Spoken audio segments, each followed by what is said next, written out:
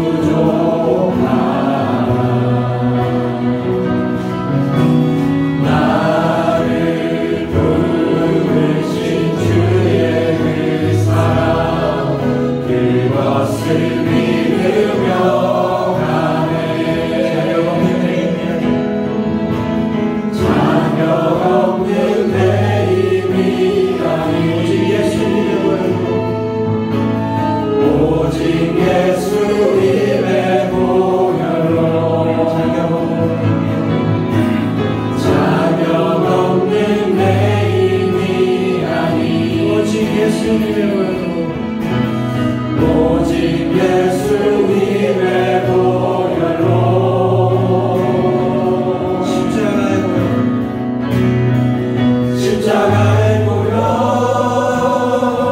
완전하신 사랑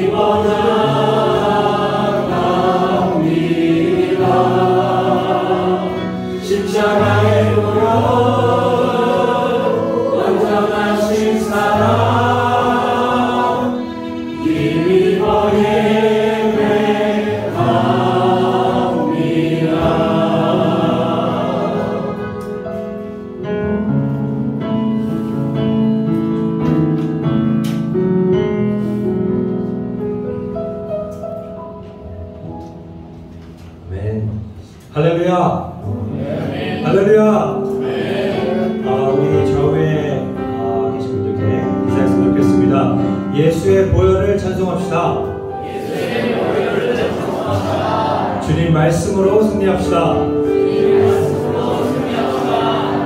지난 예배 6월절 설교 말씀과 함께 보혈 찬양 찬송가 있었는데요. 그때 못한 찬송가가 있어서 같이 또 신앙의 찬송했으면 좋겠습니다.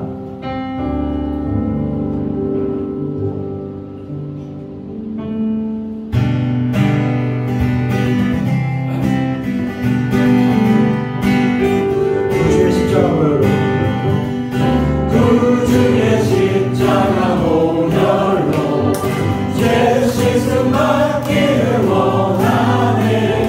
내 죄를 씻으신 주님을 찬송합시다. 찬송합시다. 찬송합시다. 내 죄를 씻으신 주님을 찬송합시다. 죄악을 속하여 주신 주 내 속에 들어와 계시네. 십자가 앞에서 주님을 찬송합시다. 찬송합시다. 찬송합시다. 내 죄를 씻으신 주님을 찬송합시다. 주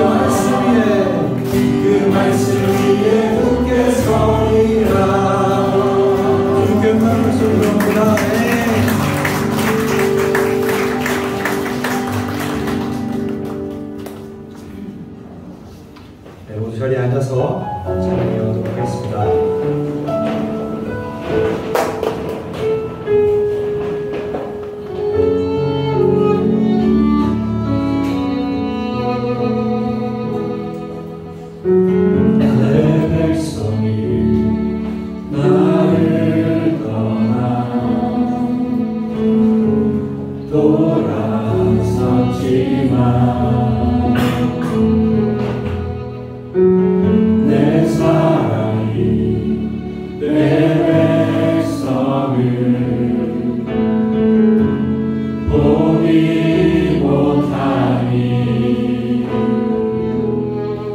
내 모든 것 내어주고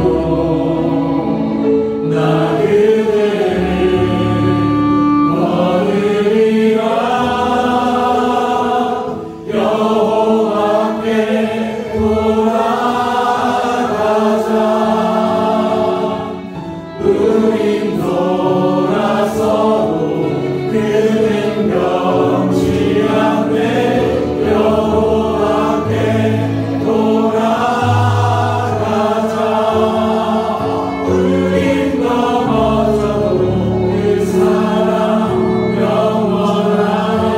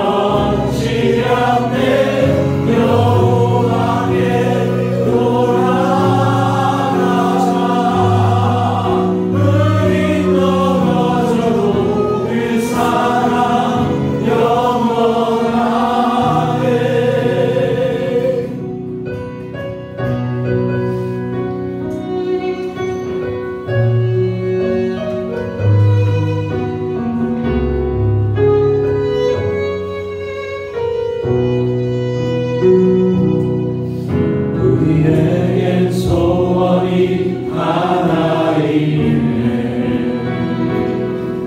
주님 다시 오실 그날까지 우리 가슴에 새긴 주의 십자가 사랑, 나의 교회를 사랑케 하네. 주의 교회를 향한 우리 마음, 인생과 포기와 가난과 고난,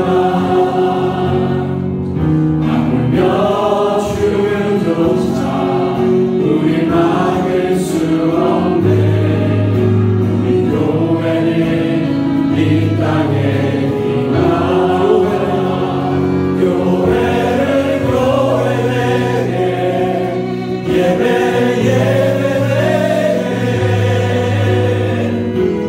우리 사용하소서. 진정한 부흥의 날 오늘 이 밤으로 우리 사용하소서. 우리에게 소원이 하나이네. 주님 다시 오실 그날까지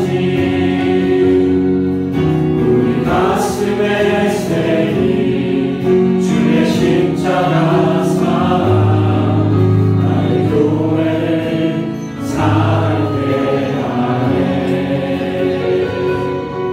주의 교회를 향한 우리 마음, 희생과 포기와 가난과 고난, 아물며 죽음조차 우리 막을 수 없네.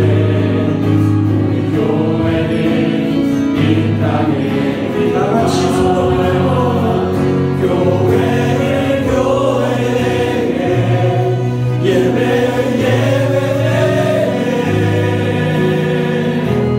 우리 사용하소서.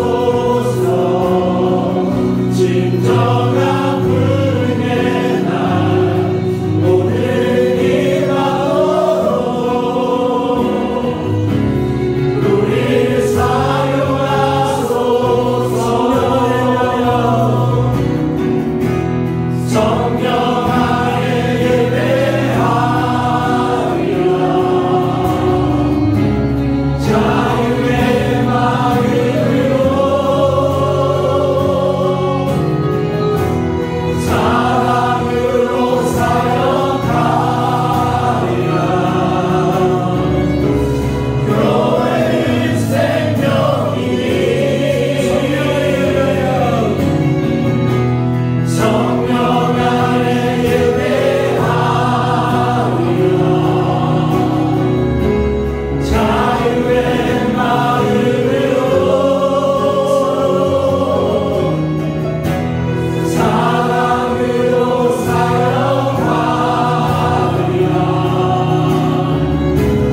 교회의 생명이 교회에게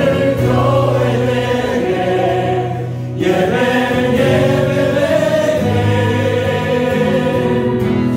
우리 사용하소서. 진정한 부흥의 날 오늘 이 밤으로 우리 사용하소서. 교회에게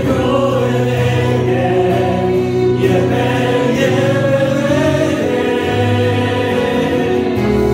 우리 사용하소서. 진정한 부흥의 날 오늘 이 밤으로 우리 사용하소서. 교회를 교회에게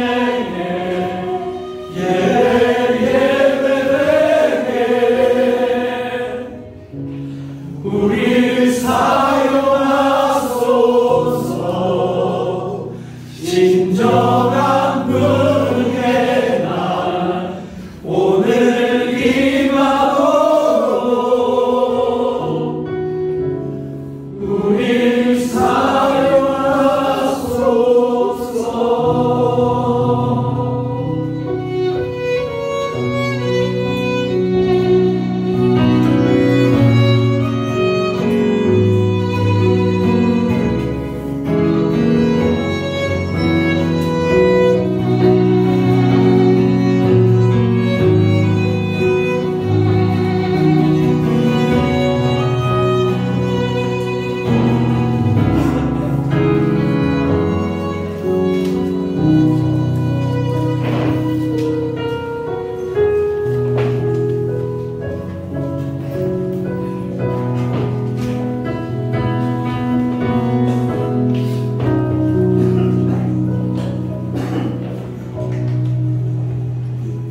예배를 드릴 수 있도록 인도해 주신 하나님께 감사드리겠습니다.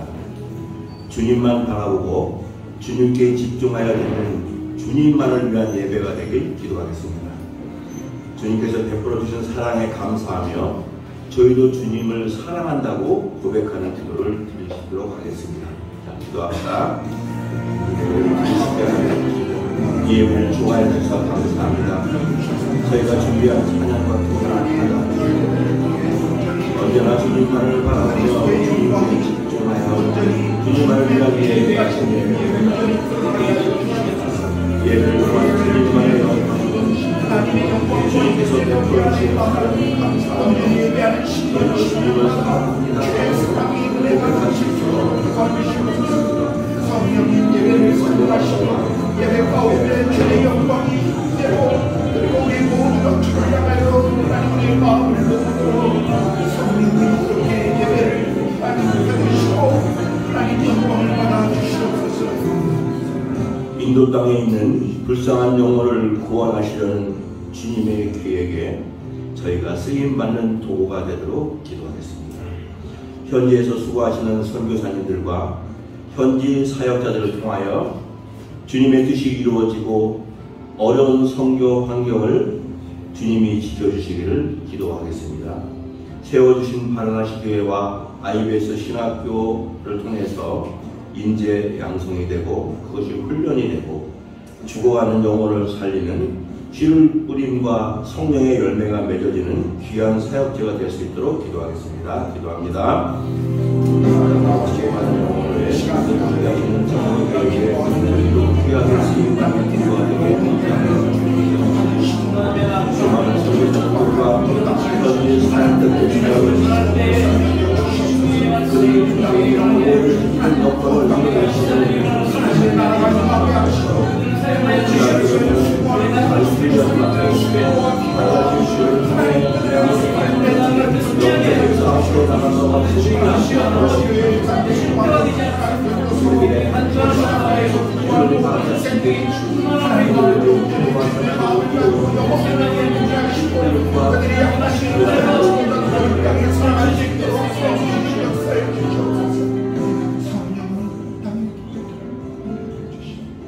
방학으로 인해서 한국동 여러 곳에 흩어졌던 가족들이 다시 모였습니다. 가족이 떨어져 있으면서 서로의 빈자리가 컸음을 느꼈습니다. 가족 모두가 소중함을 기억하며 주님이 주시는 평안을 함께 누리게 하시고 부모와 자녀가 서로 사랑과 존중으로 한마음이 되는 가정이 되도록 우리 기도하겠습니다. 무엇보다 가족의 믿음과 건강을 위해서 기도하겠습니다. 기도합니다.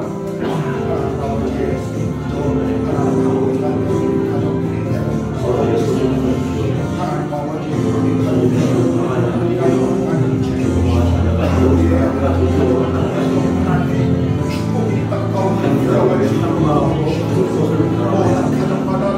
무엇보다 주님과 함께 인생을 해야 합니다.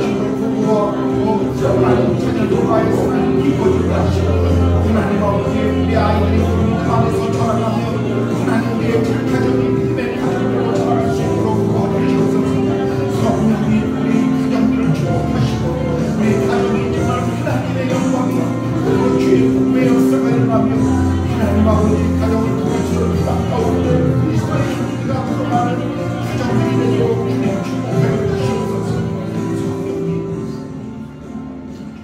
구루강 한인교회 공동체가 서로에게 힘과 용기를 나누며 섬기고 존중하는 아름다운 공동체가 되도록 기도하겠습니다.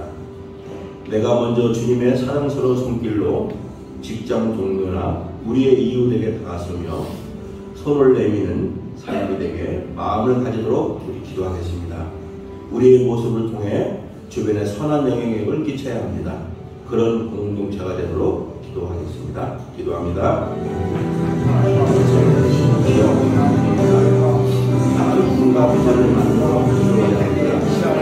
하지마 영을 당하게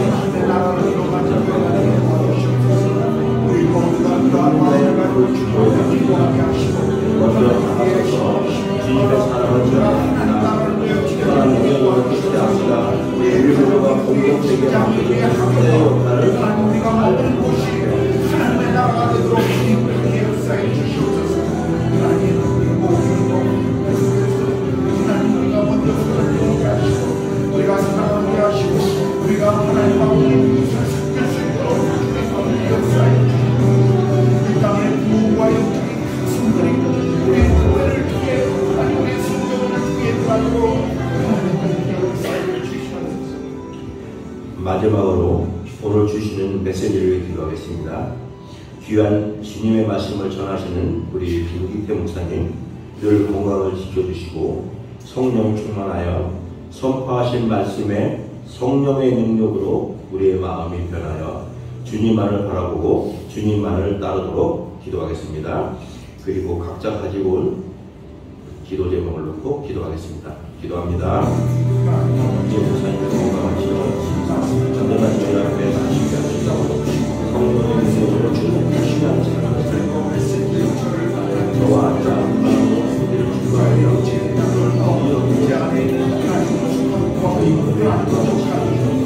말씀을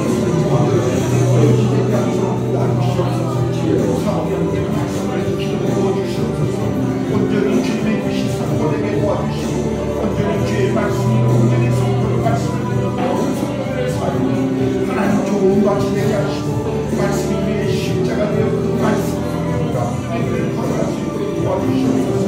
오늘 예배 가운데 우리가 모든 기도나 모든 주님이 하십니다.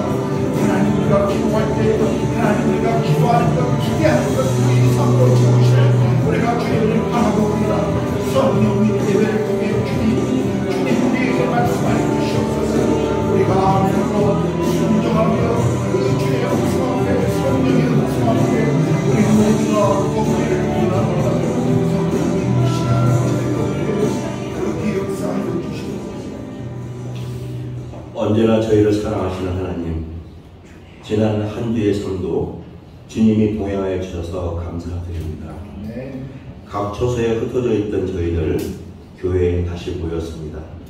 주신 말씀을 가지고 재충전하여 다시 각자 처소로 돌아갑니다. 예상하지 못하는 여러 환경 속에서 한 주를 보낼 것입니다. 때는 힘들고 어려울지라도 주님을 의지하여 이겨내게 하시옵소서.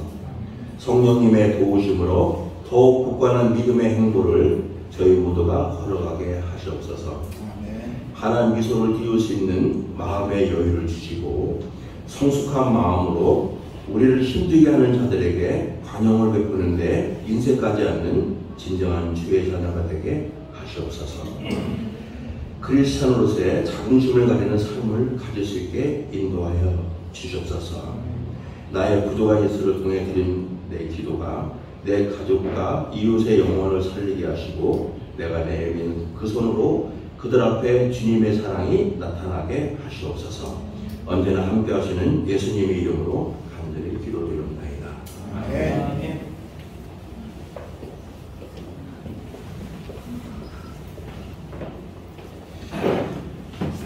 예배에 오신 모든 분들을 환영합니다. 또 한국에 갔던 가족들이 또 돌아오고 또 많이들 오셨습니다. 아마 다음 주에 이제 한국에 가신 분들이 다 돌아올 거라고 생각되어집니다. 우리 좌우 앞뒤 한번 돌아보시면서 다시 인사할까요? 예, 환영합니다. 잘 오셨습니다.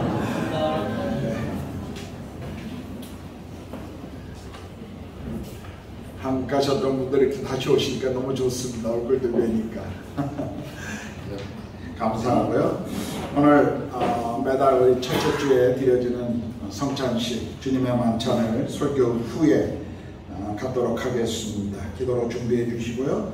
또 우리 종교인 가족 수련회 늘 8월 셋째 주에 우리가 행하고 있는데 또 가족 수련회 때는 주일학교 우리 여름 성경학교를 또 함께 합니다. 이번에는 어디 가지 않고 그냥 우리 예배 자리에 이 장소에서 하려고 합니다. 그래서 8월 19일 토요일 그리고 20일 일요일 날 우리가 잠은 집에서 자고 모임만 우리가 이 학교를 그대로 빌려서 하려고 합니다. 그래서 19일 토요일 오후 3시부터 시작해서 9시에 우리가 마치고 저녁 식사는 우리가 여기서 다 같이 하도록 하겠습니다. 그리고 그 다음은 일요일 주일이라 우리가 주일 예배 그 다음에 셀 모임 그대로 수련회 연장으로 하도록 하고 이번에 특별히 우리 강사님이 오시는데 우리 손인석 목사님이라고 부산 예일 침례교회 담임 목사이신 우리 손인석 목사님이 오십니다. 아주 좋은 우리에게 필요한 귀한 메시지를 전해 주실 것이라고 생각합니다. 회비가 있는데요. 장년, 청소년 이상 장년들은 개인당 1000루피 그리고 주일학교는 500루피가 되겠습니다. 그래서 다음 주에 오실 때 또 이렇게 준비하시면 좋고 또 다음 주에 놓치시면 그 시작할 때 이렇게 제출해 주셔도 이렇게 내주셔도 좋겠습니다. 수련회 8월 19일, 20일 다른 일정 잡지 마시고 그때는 우리 모두가 함께 1년에 한 번 하는 가족 수련회에 참여하셨으면 좋겠습니다. 우리 3일 목요일 날 우리 김주희 집사님 어머님 백길에 집사님 소천하셔서 우리가 함께 또 위로 예배와 그리고 함께 시간을 이렇게 보냈습니다. 그래서 이주엽 집사님 가정에서 장례가 잘 마침으로 감사하시다고 오늘 또 식사 떡을 준비해 주셨습니다. 그래서 오늘 아마 김밥과 떡이 같이 나가게 될 예정입니다. 장례 잘 마친 것, 또 우리가 천국의 소망을 가지고 늘 이렇게 장례를 대할 수 있어서 참 감사합니다. 오늘 처음 저희 교회 또 예배에 방문하시고 또 등록하시기를 원하시는 분 계시는데요. 우리 김수연님 예, 지금 벨레어에 사시는데요. 어디 계시죠? 예, 잠깐만 일어서 주시겠습니까? 예, 감사합니다. 예. 고맙습니다. 예. 그리고 우리 이재선님, 예, 잠깐만 일어서 주시겠습니까? 예, 고맙습니다. 네, 스카이아이온에 사시는 것 같아요. 네. 그리고 우리 이은자님, 예, 감사합니다. 네, 고맙습니다. 아이들하고 또 같이 오셔서 아이들은 또 주일학교 실로 가서 어른들만 함께 예배하는 시간에 이렇게 소개했습니다. 감사드리고요. 예, 또 교회 앞에 제가 놓친 광고 있나요 혹시? 예, 광고 없으면 오늘 출애굽기 강의 12번째 시간입니다. 출애굽기 12장 21절에서 28절 말씀 우리 유찬영 형제가 나오셔서 봉독해 주시겠습니다.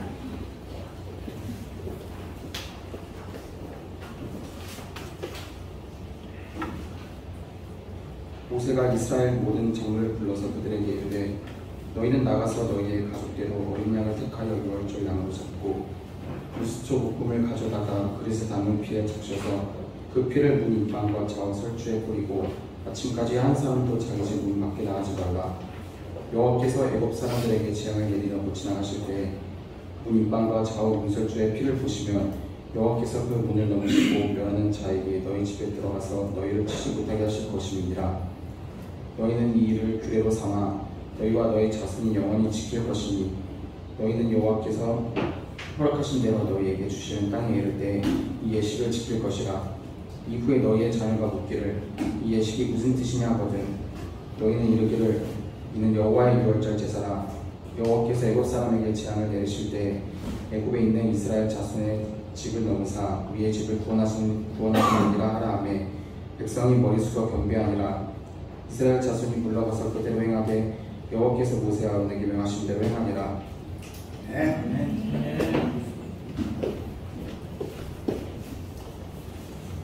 이 시간 헌금 시간인데요. 우리 김혜수도 자매님이 헌금 특성 해주시고 우리 헌금 봉헌하도록 하겠습니다.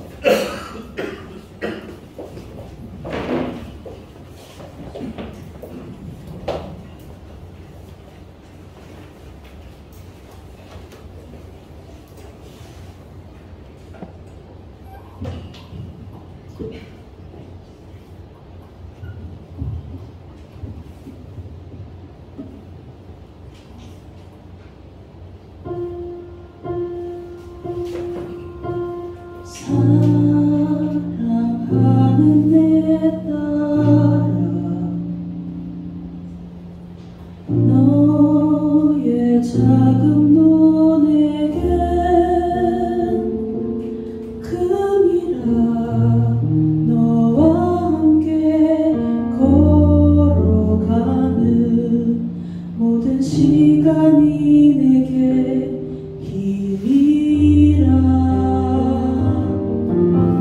사랑하는 아들아 내 연약한 눈에겐 금이라 너로 인해 잃어버린 나의 양들이 돌아오리.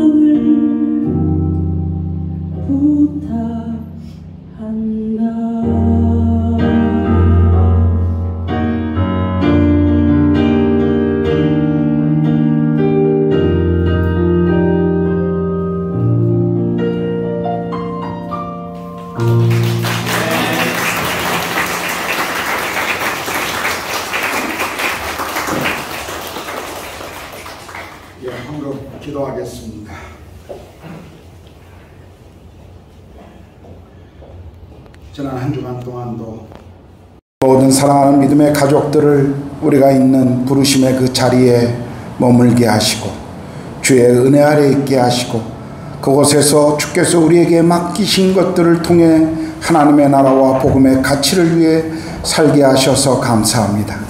또 오늘 주일 우리 모두를 공동체 예배로 부르시고 주를 예배하게 하셔서 또한 주께 감사합니다. 오늘 이 땅에 드려지는 모든 예배를 주께서 받으시고 복음의 척박한 인도 땅에 하나님의 나라가 복음의 비밀이 속히 임하도록 함께하여 주시옵소서.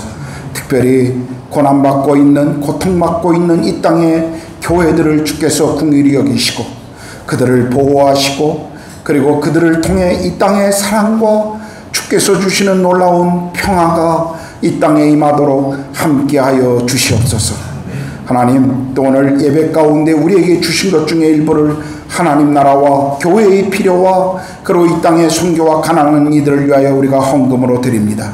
하나님, 우리가 물질이 우리 삶의 주인이요 우리 삶의 영향력이 아니라 정말 주님이 우리 삶의 주인이심을 헌금을 드림으로 우리가 고백하오니 물질이 사용되어지는 곳마다 주님 함께해 주시고 또 물질을 드리는 모든 손길마다 성령님 날마다 채우시고 공급해 주시옵소서.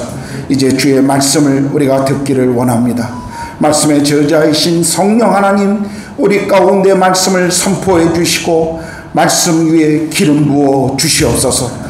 말씀을 전하는 저의 육체적인 연약함과 또 미숙함과 그리고 제 안에 있는 죄성으로 인해 주의 말씀이 방해가 될까 두렵사오니 성령 하나님 온전히 주께서 이 시간 말씀 위에 함께 하시고 말씀을 듣는 모든 성도들의 마음을 좋은 밭이 되게 하셔서 말씀이 삶의 실제가 되며 그 말씀을 따라 믿음의 길을 모두가 함께 걸어갈 수 있도록 성령님 함께하여 주시옵소서. 오늘 여러 가지 이유로 출장, 여행, 또 한국을 방문하거나 몸이 불편하여 예배에 나오지 못한 모든 성도들 그 있는 곳에 동일한 주의 은혜와 성령님이 함께하여 주시옵소서.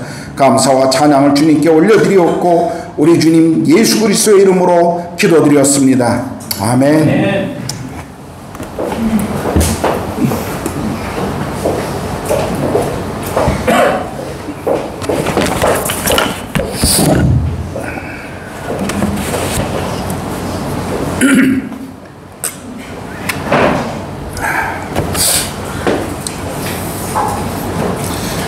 우리 남자분들 손에 반지를 끼신 분들만 한번 이렇게 들어보시겠어요? 반지 끼신 분들 몇 분 안 계시네요. 다 총각 행세 하시는 분들인가? 예, 제 손가락에 있는 이 반지 무엇을 의미하는지 우리 모두가 잘 알고 있습니다. 제가 결혼한 사람이라는 것을 보여주는 상징입니다. 결혼할 때 반지를 주고받고 하는 행위는 5000년 전에 고대 이집트에서 이미 시작했다라고 하는 이야기가 있습니다. 과거 로마 시대에는 반지를 주는 이유가 반지를 받은 여인은 반지를 준 사람의 소유물이다 라는 것을 증거하기 위해 반지를 주었다 하는 이야기도 있습니다. 일반적으로 우리가 반지하면 결혼 반지의 이 둥근 의미는 영원함을 상징하는 것이고 그리고 금이나 또는 다이아몬드 같은 보석으로 반지를 만드는 이유는 결혼의 영원성 그리고 변치 않는 사랑을 의미하기 때문일 것입니다. 나라마다 이 반지를 어디에 끼는가에 대한 문화도 조금씩 다릅니다. 한국은 미국의 아마 영향 때문에 왼쪽 4번째 손가락에 끼지만 과거에 제가 사역했던 카자흐스탄에는 오른쪽 4번째 손가락에 결혼 반지를 낍니다. 러시아와 동유럽에 있는 많은 국가들이 지금도 그렇습니다. 왼쪽 4번째 끼는 반지는 결혼 반지가 아니라 이혼 반지를 의미합니다. 그래서 늘 저도 카자흐에 있을 때는 늘 오른쪽에 이렇게 반지를 끼고 다녔던 적이 있습니다. 요즘 젊은 세대는 반지가 얼마짜리냐 몇 캐럴이냐 이런 데 관심이 참 많이 있습니다만 그러나 이 결혼 반지는 단지 아름답기 때문이 아니라 그리고 그 가격이 얼마냐가 아닌 그 이상의 의미가 있습니다. 결혼 반지는 끝까지 계속되는 사랑을 그리고 서로를 향한 헌신을 보여주는 상징이죠.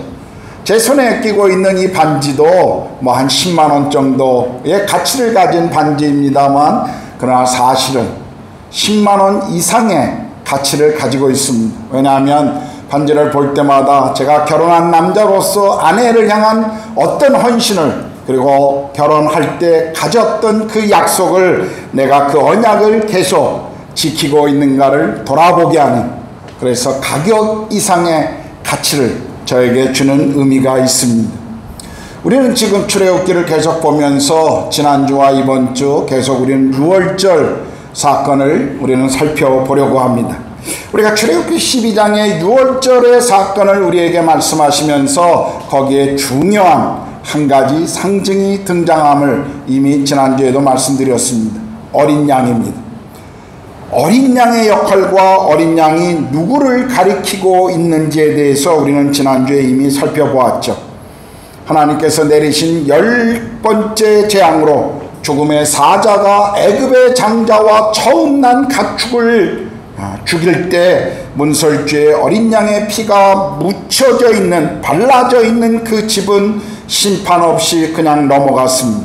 내가 피를 볼 때 넘어가리라고 하는 이 넘어가리라 바로 6월절이라고 하는 의미입니다.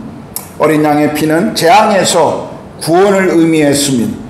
어린 양은 다른 생명을 위한 대속 제물이었고 그리고 희생적인 죽음을 보여주는 또 상징이었습니다.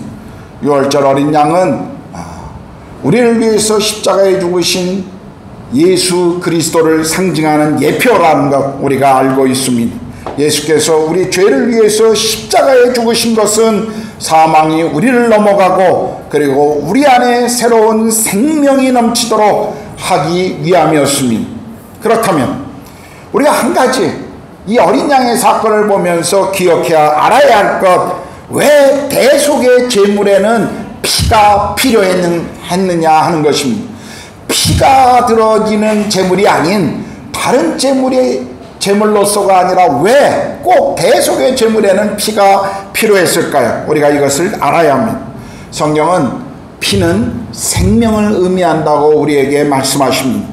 레위기 17장 11절에 보면 육체의 생명은 피에 있음이라 내가 이 피를 너희에게 주어 제단에 뿌려 너희의 생명을 위하여 속죄하게 하였나니 생명이 피에 있으므로 피가 죄를 속하니라 라고 말씀하십니다. 죄의 대가가 죽음이었기 때문에 이 죽음의 죄의 심판을 피하기 위해서는 누군가 죽음으로 이 죄를 대속해야만 했던 것이었습니다.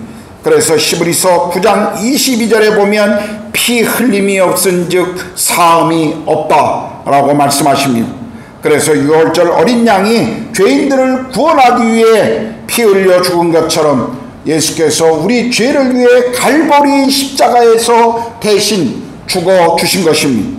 베드로전서 1장 18절 19절은 너희가 알거니와 너희 조상이 물려준 헛된 행실에서 대속함을 받은 것은 은이나 금같이 없어질 것으로 된 것이 아니요 오직 흠없고 점없는 어린 양 같은 그리스도의 보배로운 피로 한 것이다 라고 말씀하십니다. 성경은 모든 사람이 죄인이기에 스스로 자신을 구원할 수 없는 존재라고 선언하십니다. 우리는 죄의 종으로 죄 아래에서 살아가야 할 존재들이었습니다. 에베소서 2장 3절에 보면 전에는 우리도 다 그 가운데서 우리 육체의 욕심을 따라 지내며 육체와 마음에 원하는 것을 하여 다른 이들과 같이 본질상 진노의 자녀였다라고 말씀하시죠. 그런데 같은 2장 에베소서 2장 13절에 보면 이제는 전에 멀리 있던 너희가 그리스도 예수 안에서 그리스도의 피로 가까워졌느니라 라고 또 말씀하십니다. 하나님께서는 우리의 허물과 그리고 우리의 죄 대신에 예수 그리스도를 화목 제물로 삼으셔서 하나님과 우리를 화목하게 하셨다라는 것입니다. 사실 성경의 이 대속의 사건은 인간이 처음 범죄한 에덴 동산에서부터 시작되었음을 우리는 알 수가 있습니다. 처음 사람 아담과 하와가 에덴에서 사탄의 유혹에 빠져 먹지 말라라고 명했던 선악을 알게 하는 나무의 열매를 먹음으로 죽음에 이르게 되었던 그 사건을 우리는 알고 있습니다. 그런데 창세기 3장에 보면 죄로 인해 두려워하고 핑계대고 도망치는 이 아담과 하와를 위해서 하나님께서 하신 일이 있으셨습니다. 여러분, 우리가 3장을 보면요, 그 죄의 결과들에 대한 아주 심각한, 그리고 하나님과의 관계, 사람들과의 관계, 자신과의 관계, 자연과의 관계에서 파괴되고 부조화가 일어나는 장면을 3장이 우리에게 설명하는데, 그때 아담이 범죄 이후에 그가 했던 행위는 하나님으로부터 도망치는 것이었습니다. 그리고 자기 스스로 부끄러움을 가리기 위해서 무화과 나무 잎으로 치마를 만들어 입은 것이었습니다. 그러나 그것은 오래가지 못하는, 자기의 허물을 감출 수 있는 그런 것이 아니었다라는 것을 아담과 하와는 곧 발견하게 됩니다. 그때 자기 노력과 수고로 자기의 부끄러움을 가릴 수 없다는 것을 발견했던 아담과 하와에게 하나님이 한 가지를 하시는데, 그것은 바로 한 동물의 가죽옷을 지어 입히신 것입니다. 이 가죽옷을 당시에 지어 입히기 위해서는 한 동물이 대신 죽어야만 했을 것입니다. 아담과 하와의 범죄로 죽어야만 했던 그 죄값을 누군가, 어떤 동물이 대신 죽어줌으로 해결해야만 했던 그 대속의 사건을 창세기에 아담이 범죄했을 그때부터 하나님께서는 말씀하시며 죄의 문제를 어떻게 해결할 것인가를 우리에게 가르쳐 주셨다는 것입니다. 그때 죽었던 동물, 아마도 많은 성경학자들은 양이었을 것이다 라고 그렇게 이야기합니다. 저도 그렇게 생각합니다. 왜냐하면 그 이후에 행해진 성경의 여러 사건들과 주어진 율법의 말씀을 보면 우리가 그것을 알 수가 있습니다. 율법은 죄를 위해 한 짐승의 피를 요구합니다. 그러나 죄의 용서를 위해 드려져야 했던 이 짐승의 피는, 그것은 영원한 해결이 아니라 일시적인 효과가 있는 행위였습니다. 한 죄에 대해서는 한 짐승의 피가 필요한 것처럼 매번 죄가 반복될 때 같은 제사를 매번 드려야 했던 것이 필요했습니다. 다른 죄가 행해지면 다시 같은 제물을 드려야만 했던 것이죠. 그러므로 율법의 요구는 죄에 대한 완전한 해결책이 아니었습니다. 그러나 예수 그리스도의 십자가의 사건은 완전히 다릅니다. 십자가의 죽음은 완전한 하나님의 구원 계획이었습니다. 예수는 전혀 죄가 없는 거룩한 분이셨기 때문에 우리 죄를 위한 영원한 그리고 온전한 속죄 제물이 되실 수가 있었던 것입니다. 그분은 완전하신 하나님의 의로움을 채울 수 있는 유일한 분이셨습니다. 우리가 히브리서 9장 12절을 보면요, 염소와 송아지의 피로 하지 아니하고 오직 자기의 피로 영원한 속죄를 이루사 단번에 성소에 들어가셨느니라고 말씀하십니다. 예수님 오시기 전에 제사장들은 매일 같은 제사를 드려야만 했었습니다. 왜냐하면 그 제물은 영원한 제물이 아니었기 때문입니다. 그래서 히브리서 10장 11절 12절에 보면 제사장마다 매일 서서 섬기며 자주 같은 제사를 드리되 이 제사는 언제나 죄를 없게 하지 못하거니와 오직 그리스도는 죄를 위하여 한 영원한 제사를 드리시고 하나님 우편에 앉았다라고 말씀하시죠. 여러분, 제사장들의 제물은 일시적인 것이었기 때문에 계속 드려져야만 했었습니다. 그래서 제사장들이 당시 사역하던 성막 또는 성전 안에는 의자가 없었어요. 왜냐하면 이 사역은 끝난 것이 아니라 계속 되어져야 일시적인 반복되어야 될 사역이라고 생각했기 때문이었습니다. 그러나 예수님은 자신을 십자가에서 드렸던 그 한 번의 제사로 우리의 모든 죄를 영원히 해결하시고 용서하셨습니다.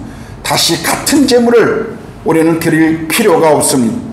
예수께서 모든 죄의 문제를 해결하셨기 때문에 성경에 보면 그분이 승천하시고 이후에 하늘 보좌에 앉으셨다라고 성경은 그렇게 기록하고 있습니다.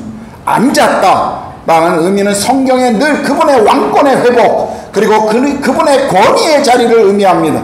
그러나 동시에 그분께서 모든 것을 완성하시고 쉬신다라고 하는 십자가에서 다 이루었다라고 말씀하신 이 테텔레스타이라고 외쳤던 그 주님이 이제는 그 구원의 사역을 완성하셨기 때문에 보좌에 앉으셨다라고 하는 그 의미도 함께 있는 것입니다.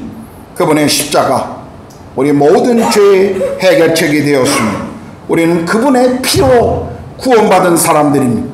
죄의 심판과 영원한 사망으로부터 그리고 우리가 받아야 할 그 영원한 저주로부터 우리는 그리스도의 십자가가 해결되었고 그것을 믿음으로 우리는 사망에서 구원받은 사람들입니다. 이제 이 6월절에 어린 양의 피로 구원받은 사람들이 지켜야 할 것, 그것을 하나님은 모세를 통해 몇 가지를 말씀하십니다. 첫 번째는 보면 새롭게 출발하라는 것입니다. 새롭게 출발하는 것이요. 우리가 2절, 우리가 지난주에 봤습니다만 6월절을 새로운 새해로 만들라라고 그렇게 말씀하셨죠. 그 의미는 새롭게 이날을 기념하고 출발하라는 것입니다. 그만큼 이날이 중요하다는 것을 의미하죠. 그래서 달력의 처음 날로 6월절을 정하여 이날을 지키라는 것이었습니다. 이스라엘 백성들에게 이날이 구원의 날이요 곧 새로운 인생의 출발의 날이라고 하는 것을 지금 말씀하고 있는 것입니다. 우리도 마찬가지죠. 우리가 예수 믿고 하나님의 자녀가 되었을 때 우리는 새로운 삶의 시작이 되어진 것입니다. 여러분, 예수 그리스도가 그분이 이 땅에 오심으로 역사를 BC와 AD로 나누는 것처럼 오늘 우리가 주님을 만났던 그날, 우리가 주님을 만났던 그때가 바로 우리의 인생의 BC와 AD가 된다는 사실을 오늘 이 사건은 우리에게 보여주고 있습니다. 고린도후서 5장 17절에 보면 그런즉 누구든지 그리스도 안에 있으면 새로운 피조물이라 이전 것은 지나갔으니 보라 새 것이 되었다라고 말씀하십니다. 우리는 사탄의 종이었습니다. 그런데 예수 그리스도의 그 십자가의 사건 때문에 우리는 하나님의 자녀가 되었습니다. 영원한 심판과 멸망이 기다리고 있었는데 이제 우리에게는 천국이 기다리고 있습니다. 전에는 땅의 것을 쫓아가는 사람들이었지만 이제는 하늘 것을 바라보고 따라가는 사람들이 되었습니다. 우리의 인생의 진정한 새로운 시작은 예수님을 만났을 때 시작된 것입니다. 저는 개인적으로 1977년에 예수님을 만났습니다. 예수님을 믿었을 때 제 인생은 죄의 문제를 해결했을 뿐만 아니라 내가 왜 살아야 하는지, 왜 살아가야 하는지 삶의 이유와 목적을 저는 분명히 갖게 되었습니다. 제 인생의 새로운 시작이 된 날이었습니다. 제 인생에 그날 내렸던 결정은 가장 좋은 결정이었고 그것은 제 인생의 가장 놀라운 축복이었습니다. 저는 그때 신분이 바뀐 사람으로 이전과 다른 새로운 삶을 살아갔습니다. 고린도후서 5장 15절은 그가 모든 사람을 대신하여 죽으심은 살아있는 자들로 하여금 다시는 그들 자신을 위하여 살지 않고 오직 그들을 대신하여 죽었다가 다시 살아나신 이를 위하여 살게 하려 함이라고 말씀하십니다. 마태복음 6장 33절은 그런즉 너희는 먼저 그의 나라와 그의 의를 구하라 그리하면 이 모든 것을 너희에게 더하시리라고 약속하십니다. 이제 우리는 새로운 피조물이기에 새로운 신분이기에 살아가는 이유와 방식과 그리고 가치가 달라진 사람임을 기억해야 합니다. 그것이 오늘 이 6월절이 우리에게 주고 그 6월절을 경험하여 구원을 경험한 사람들이 앞으로 어떻게 살아가야 할 첫 번째 이유였습니다. 두 번째는 6월절에 보면 하나님이 모세를 통해서 쓴 나물과 무교병을 먹으라라고 말씀하시잖아요.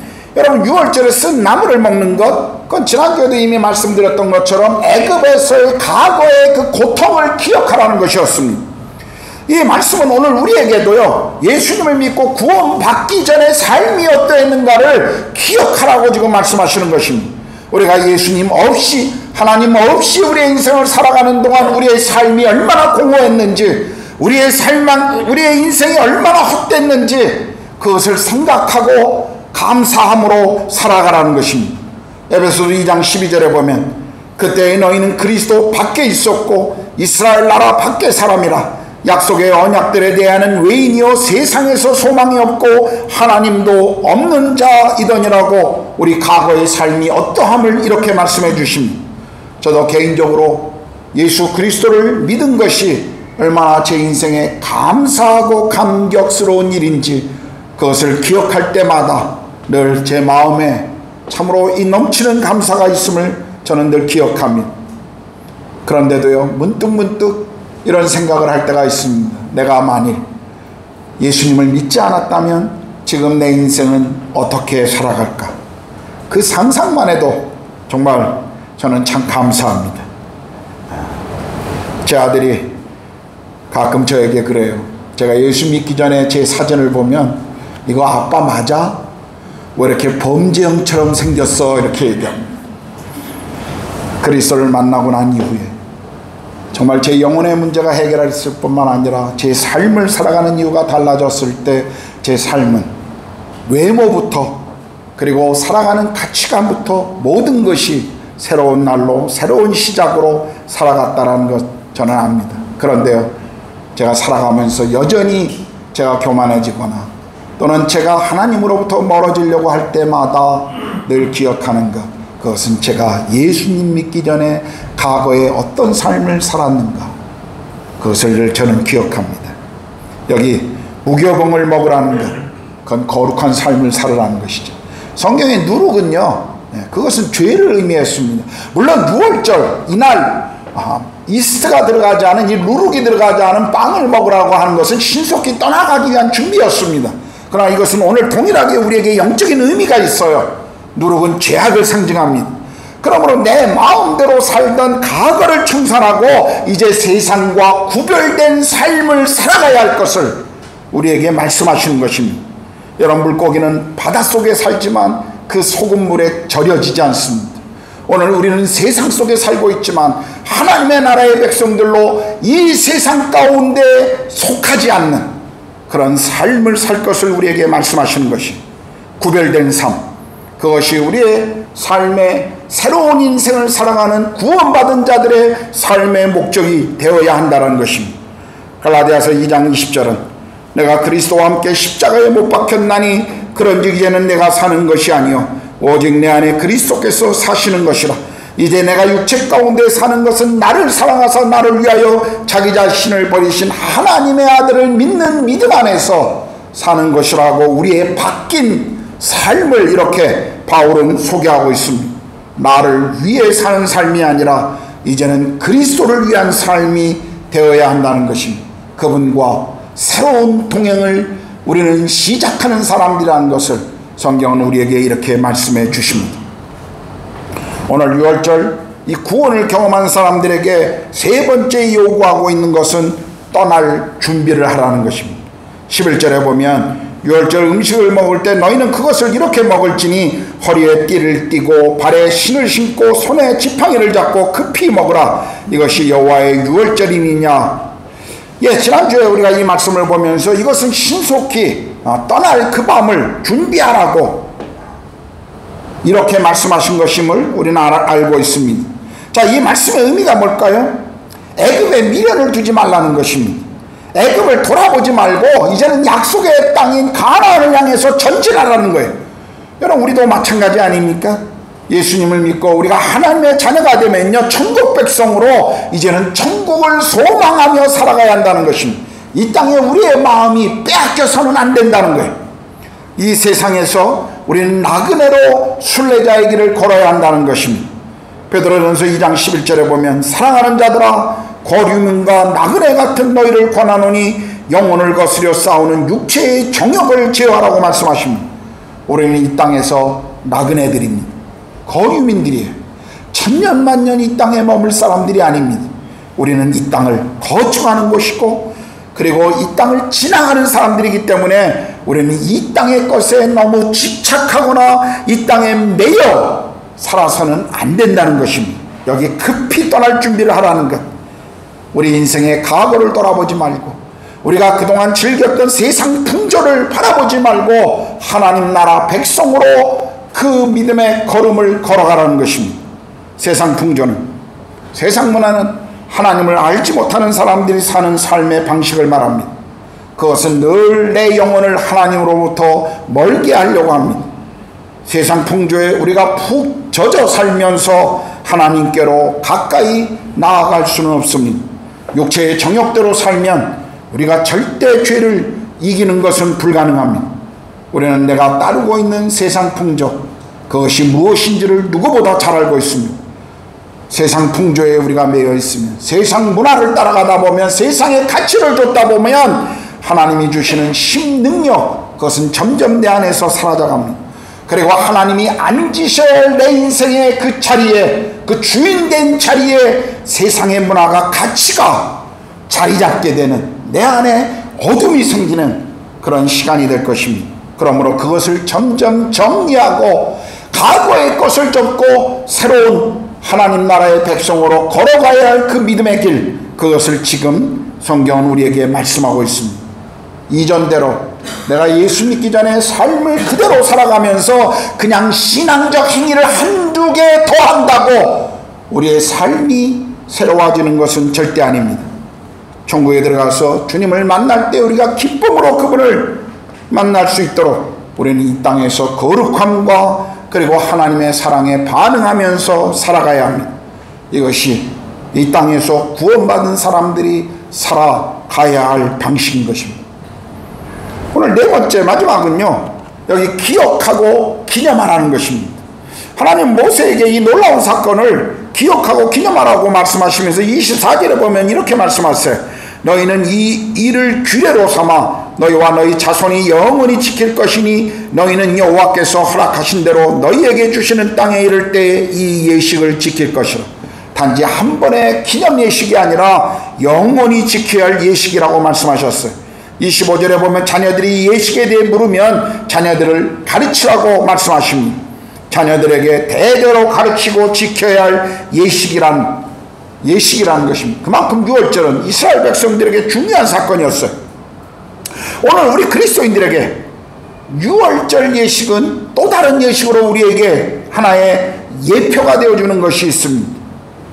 여러분, 6월절이 이스라엘 백성들을 애굽의 종살이에서 자유롭게 하는 사건이지만 예수 그리스도의 십자가로 받는 구원의 가장 강력한 예표였다라고 저는 이미 말씀드렸습니다. 6월절 어린 양은 예수 그리스도를 보여주는 상징이라고 말씀드렸습니다. 그리고 어린 양의 피는 우리 주님 예수 그리스도께서 십자가에서 우리 죄를 위해 흘리신 그 피라고 말씀드렸습니다. 그런데 우리가 성경을 읽어보면요, 예수님께서 십자가의 대속의 죽음을 위해 잡히시던 날 밤에 자신이 십자가에서 구속의 죽음을 맞게 될 일을 언급하시면서 제자들에게 한 가지를 말씀하셨습니다.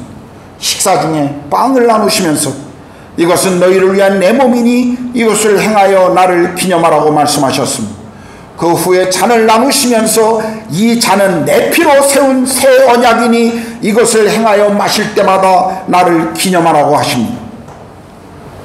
주님의 만찬, 성찬식을 행하라고 말씀하신 것입니다. 갈보리 언덕 십자가 위에서 자신의 몸을 한 번에 드림으로 우리의 모든 죄를 영원히 해결하신 그 은혜와 사랑을 이 의식을 행할 때마다 기억하고 기념하라는 것입니다. 그래서 초대교회로부터 지금까지 교회는 예수 그리스도의 그 십자가의 사랑을 기억하고 기념하기 위해 주의 만찬을, 성찬식을 행해 왔던 것입니다. 주의 만찬은 죄에서 벗어난 우리의 새로운 생명과 자유를 기억하고 기념하는 우리의 6월절인 것입니다. 이제 죄를 위한 어떤 제사도 제물도 필요하지 않습니다. 더 이상 같은 제사와 제물도 반복할 필요가 없습니다. 오직 우리는 6월절 어린 양 대신 예수 그리스도의 십자가의 사랑과 은혜를 모일 때마다 기억하고 기념하는 것입니다. 우리가 주의 만찬을 행할 때, 그리고 주의 만찬을 행할 때마다 하나님께서 나를 어떻게 구원하셨는가를 우리는 기억해야 합니다. 그리고 그분과 동행하는 새로운 삶의 약속에 우리는 집중해야 하는 것입니다. 우리 교회가 매달 첫째 주에 행하는 성찬식, 바로 그 의미가 있는 것이죠. 오늘 설교 후에 행하는 성찬식이 여러분 모두를 다시 한번 갈보리 언덕으로 초대하기를 원합니다. 이제 설교를 마무리하겠습니다. 사람들은 연애할 때 만난 지 100일, 만난 지 200일 그 날짜를 기억하고 이벤트를 계획하는 것을 볼 수가 있습니다. 결혼하고 며칠이 지났는지 몇 년이 지났는지를 기억하고 기념합니다. 특별한 날이라는 것입니다. 특별한 날. 저도 제 아내와 결혼한 이후에 지난 34년을 살아가면서 한 번도 빠짐없이 아내와 첫 데이트한 날, 그리고 프로포즈한 날, 결혼기념일을 늘 지켜왔습니다.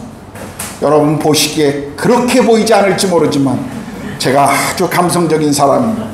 제 아내에게 늘 그런 이벤트를 하고 아내를 기쁘게 해주고 또 결혼했던 나와 살아준 아내에게 사랑을 늘 고백하는 그런 시간을 가졌습니다. 그런데요, 우리 삶에 중요하다고 생각하는 이런 날을 우리가 계획하고 이벤트하지만 정말 우리 인생의 가장 중요한 예수 그리스도를 만난 그날을 여러분은 정말 기억하고 기념하고 계신지요? 내가 예수님을 만났던 그날, 그리스도의 그 십자가의 은혜와 사랑을 깨달았던 그날을 여러분은 정말 기억하고 기념하고 계십니까? 처음 만나 감격했던 그 첫사랑의 기억을 여러분 계속 여러분 마음 안에 간직하고 계십니까? 그런데 우리가 감격했던 처음 사랑 기억해야 하지만 그러나 처음 만나 은혜 받고 감격했던 그 첫사랑의 시간, 첫사랑의 기억만 가지고 우리는 살아갈 수는 없는 것입니다. 우리 부부관계에서도 마찬가지죠. 연애할 때 감정 가지고 평생 살아가는 사람들이 있습니까? 그렇지 않습니다. 우리는 더 큰 성숙으로 나아가야 합니다. 여러분, 우리가 더 큰 성숙으로 나가지 않으면요, 그리고 옛날 과거의 사랑만 기억하고 있으면요, 우리 마음 가운데 생기는 건 뭐예요? 비난이고 상대방을 향한 불평만 생깁니다. 자네는 안 그랬는데 내가 이 사람에게 속았다고 많은 분들이 그런 얘기를 해요. 결혼 생활에 있어서 더 깊은 은혜의 자리로 나아가지 않았기 때문에 그렇습니다. 더 큰 성숙함으로 나아가지 않았기 때문에 그렇습니다. 영적으로도 마찬가지입니다. 나를 만나 주셨던 그 주님을, 그리고 그 기억을 우리가 늘 기억하고 감사하되, 그러나 거기만 머물러서는 안 됩니다. 우리는 매일매일 주님이 주시는 은혜 가운데로 나아가야 합니다. 주님이 오늘 내게 펼치시는 그의 은혜의 깊은 그 계곡으로 우리는 더 들어가야 한다는 사실입니다. 더 큰 사랑, 더 깊은 은혜를 오늘 우리는 받기 위해서 기도하고 말씀을 펼치고 그분 앞으로 다시 나아가야 한다는 것이, 우리 안에 과거에 우리가 주님을 만났던 그 첫사랑의 기억이 아련히 우리 마음 어디 한 곳에 머무르고 있다면 아마도 지금 주님은 여러분에게 있어서 좀 멀리 있는 분일 것입니다. 그때는 은혜를 받았지만 지금은 세상의 문화를 주님보다 더 사랑하고 따라가고 있는지도 모르겠습니다. 은혜는요, 과거의 한 추억이 아니라 매일매일 새로운 삶에서 부어지는 것입니다. 십자가의 사랑과 은혜는 매일매일 우리 안에서 더 커져야 합니다. 더 새로워져야 되고요, 더 충만하게 우리 가운데 부어져야만 합니다. 과거만 생각하시고 과거에 내게 가졌던 어떤 은혜, 과거에 내게 주어졌던 어떤 정말 축복의 사건들, 거기만 매여 있으면 우리의 삶은 더 큰 성숙함으로 나아갈 수가 없습니다. 그 일이 참 감사한 것이지만 그러나 매일 주시는 은혜를 바라보며 우리의 믿음의 눈을 주님께 집중하셔야 합니다. 그분이 하시는 말씀에 내 삶을 다 기울이고 시간을 내야 합니다. 그렇게 해야 십자가의 그 놀라운 은혜가 실제로 오늘 내게 임하는 것을 우리는 경험할 수 있습니다. 제가 목사로서 가장 두려워하고 있는 것 중에 하나는 십자가를 전하면서도 그 십자가의 사랑, 십자가의 간격 없이 십자가를 단순히 사건으로 전할까, 늘 그것이 제 마음의 두려움입니다. 십자가의 사건이 그저 제 삶의 과거의 한 추억으로만 머물까? 늘 그것이 제 안에 있는 두려움입니다. 여러분, 우리는 오늘 지금 주시는 주님의 은혜를 구해야 합니다. 오늘 주시는 그 은혜를 놓치지 말아야 합니다. 십자가의 사랑과 은혜를 우리가 잃어버리고 있다면 우리는 다시 갈보리 언덕으로 나아가야 합니다. 다시 마음을 통하고 그리고 주께서 주시는 그 은혜의 자리로 나아가야 합니다. 그냥 머물러서는 안 됩니다. 다시 그 은혜와 감격 가운데 우리는 계속 자라가야 합니다. 오늘 성경은 그것을 우리에게 말씀해 주고 있어요. 그런데 혹시 오늘 아직도 예수 그리스도의 십자가의 사랑을 온전히 믿고 신뢰하지 못하는 분들이 계신다면 오늘 여러분은 무엇보다도 그리스도 그분을 만나는 자리로 나아가야 합니다. 마음을 열고 하나님의 약속의 말씀을 믿고 예수님을 여러분의 인생에 초청하셔야 합니다. 요한계시록 3장 20절은 볼지어다 내가 문 밖에 서서 두드리노니 누구든지 내 음성을 듣고 문을 열면 내가 그에게로 들어가 그와 더불어 먹고 그는 나와 더불어 먹으리라고 약속하십니다. 주님이 우리 인생의 우리 영혼의 문을 두드리고 계십니다. 그분을 계속 문 밖에 세우는 것은 죄요, 그리고 그것은 죄악입니다. 우리는 그리스도를 우리 안에 초청하셔야 합니다. 그리스도를 우리 삶의 주인으로 구세주로 우리는 초청하셔야 합니다. 영접하는 자 곧 그 이름을 믿는 자들에게는 하나님의 자녀가 되는 그 권세를 주셨다라고 성경은 약속하십니다. 주님을 알지 못하고 그리고 예배에는 나오지만 여전히 주님을 여러분의 인생 마음 밖에 세워놓고 있다면 다시 그분을 초청하십시오.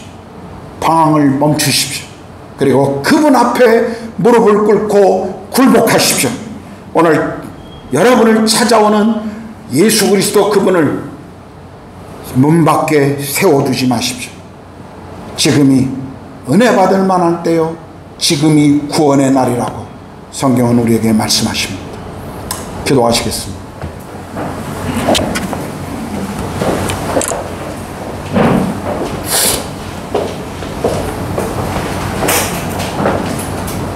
저는 목사로서 늘 제 마음에 기도의 한 제목이 있습니다. 그것은 우리 교회 예배에 나오는 그리고 저를 만났던 사람들 가운데 정말 복음의 의미를 알지 못하고 그리스도를 알지 못하고 떠나가는 사람들이 있을까 늘 그것이 두렵습니다. 그것이 제가 목회자로서 갖고 있는 기도의 짐이요 부담입니다. 혹시 오늘 예배 가운데 함께 예배하지만 아직도 예수 그리스도의 그 십자가의 사랑 앞에 내 인생의 문을 열어본 적이 없는 분들이 계신다면, 아직도 예수가 내 인생의 구세주요 주님이라는 사실을 내가 인정하고 받아들이지 않는 분들이 있다면 오늘 결단하십시오. 오늘 여러분의 인생의 문을 여십시오. 그리고 주님을 여러분의 인생에 받아들이십시오. 주님, 제가 여기 있습니다. 제가 오늘 주님 앞에 정직하게 직면하고 서기를 원합니다. 제 인생에 와주시고 제 삶의 주인이 되어 주십시오. 주님의 그 십자가와 부활이 내 인생의 죄의 문제를 해결하는 유일한 이유라는 사실을 제가 믿습니다. 죄에서 돌아서며 이제 하나님의 자녀로 제 삶을 드리기를 원합니다. 그 기도를 아직도 주님을 문 밖에 세워놓은 분들이 있다면 그 기도를 주님 앞에 드리십시오. 그리고 주님의 그 약속을 믿으십시오. 영접하는 자 곧 그 이름을 믿는 자들에게는 하나님의 자녀가 되는 권세를 주셨다고 하는 그 약속을 믿으십시오.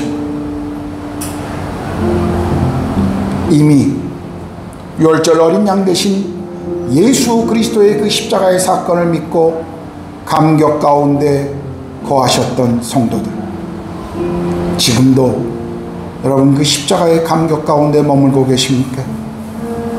지금도 그 십자가의 은혜 앞에 날마다 머무십니까? 아니, 더 깊은 은혜의 자리로 여러분 매일 나아가고 계십니까? 혹시 그렇지 못하다면 이 시간 우리 기도합시다. 하나님,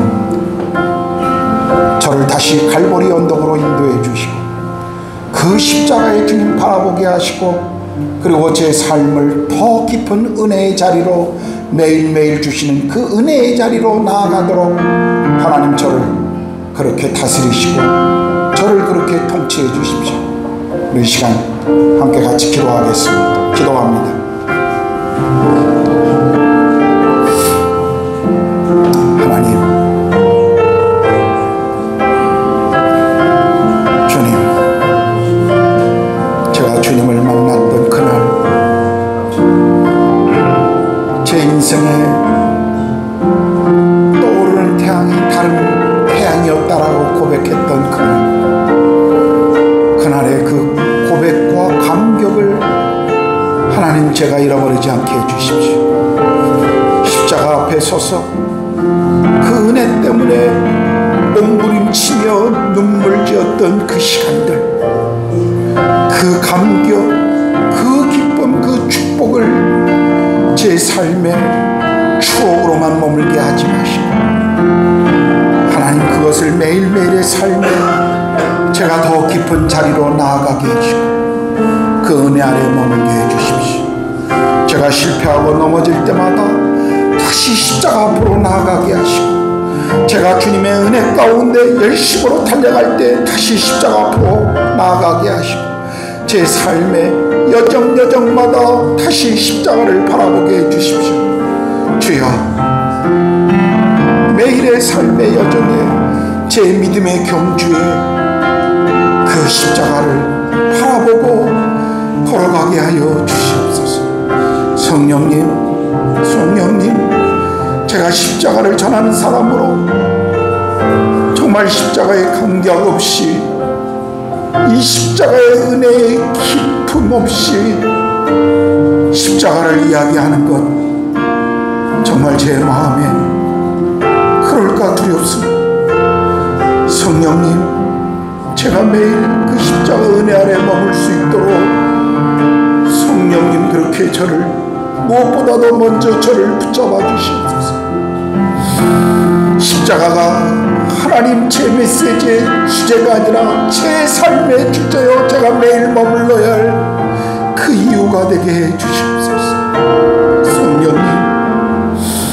성령님,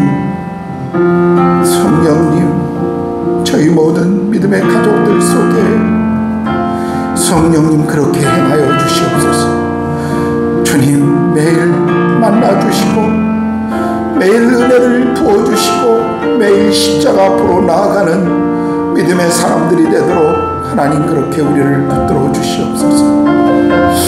우리 교회가 하나님 이 십자가 사랑과 은혜 아래 머물게 하시고 주님 십자가를 드러내는 공동체가 되도록 주님 그렇게 인도해 주시옵소서.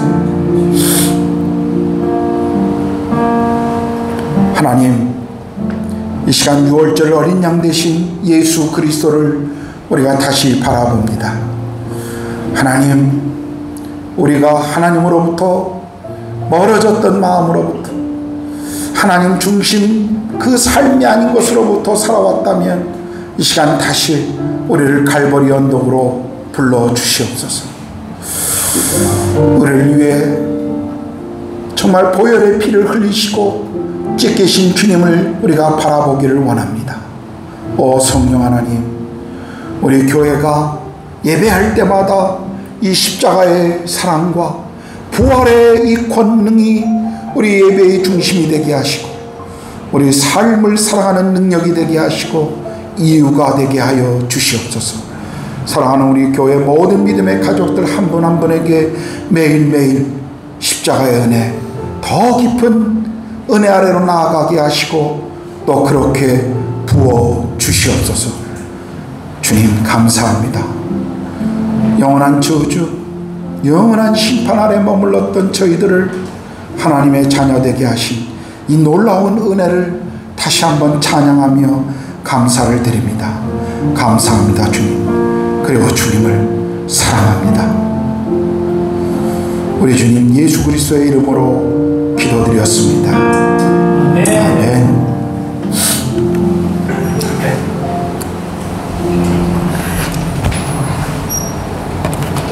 찬송가 304장 1절 찬양하시면서 성찬을 준비하겠습니다.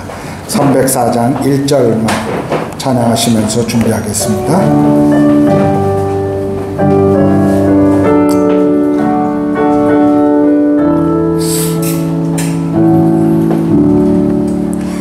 크신 하나님의 사랑 말로 다 형용 못하네.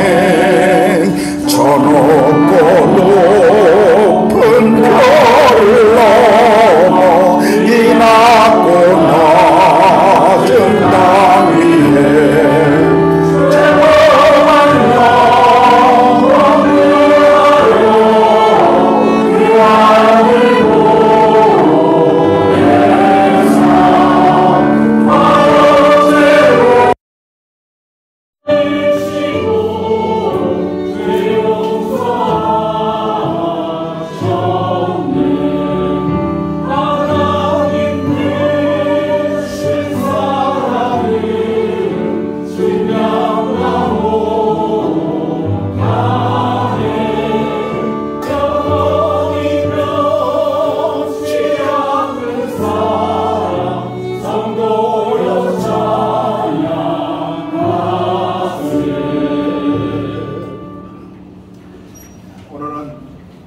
성찬을 이렇게 행하도록 하겠습니다. 나오셔서 빵을 드시고 잔을 드시고 자리에 가셔서 각자 기도하시고 하시고 그 다음에 나가실 때 차는 뒤에다가 놓아주시면 저희가 정리하도록 하겠습니다. 주께서 잡히시던 날 밤에 제자들에게 빵을 나누시면서 말씀하셨습니다. 이것은 너희를 위하여 찢기는 내 몸이니 이것을 먹을 때마다 나를 기념하라. 그 이후에 주께서 잔을 제자들에게 나누시고 이 잔은 너희를 위해 흘리는 피니 이것을 마실 때마다 나를 기념하라고 말씀하셨습니다. 이제 기도하고 우리가 주께서 명하신 주님의 만찬에 함께 동참하겠습니다. 기도합시다. 하나님,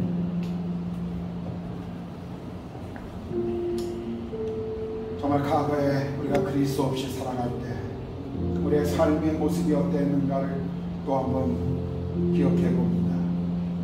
우리가 어떤 인생을 살아가고 어떤 삶을 쫓아갔는지를 기억해 봅니다. 우리가 정말 하나님 없이 살았던 그 인생이 무엇인가를 기억해 봅니다. 그런 저희를 주님이 먼저 찾아와 주셨고 손을 내밀어 주셨고 내가 너를 사랑하노라고 말씀하신 것 저희들이 기억합니다. 나의 죄와 나의 허물을 인해 십자가에서 대신 대속의 피를 흘려주신 그 예수 그리스도의 사랑을 기억하고 우리가 기념하기를 원합니다.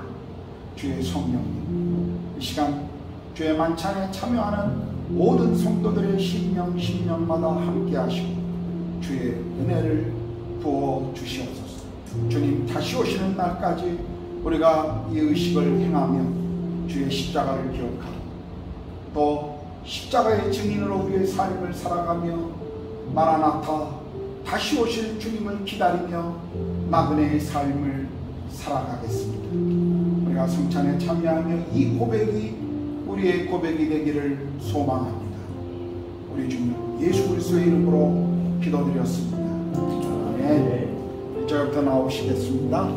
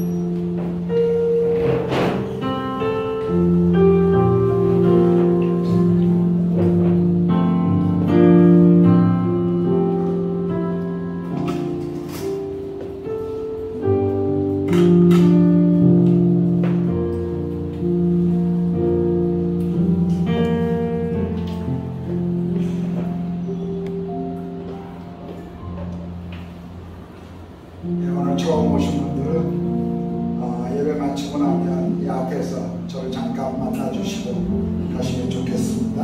자, 우리 다 같이 일어나셔서 304장 2절 3절 찬양하겠습니다.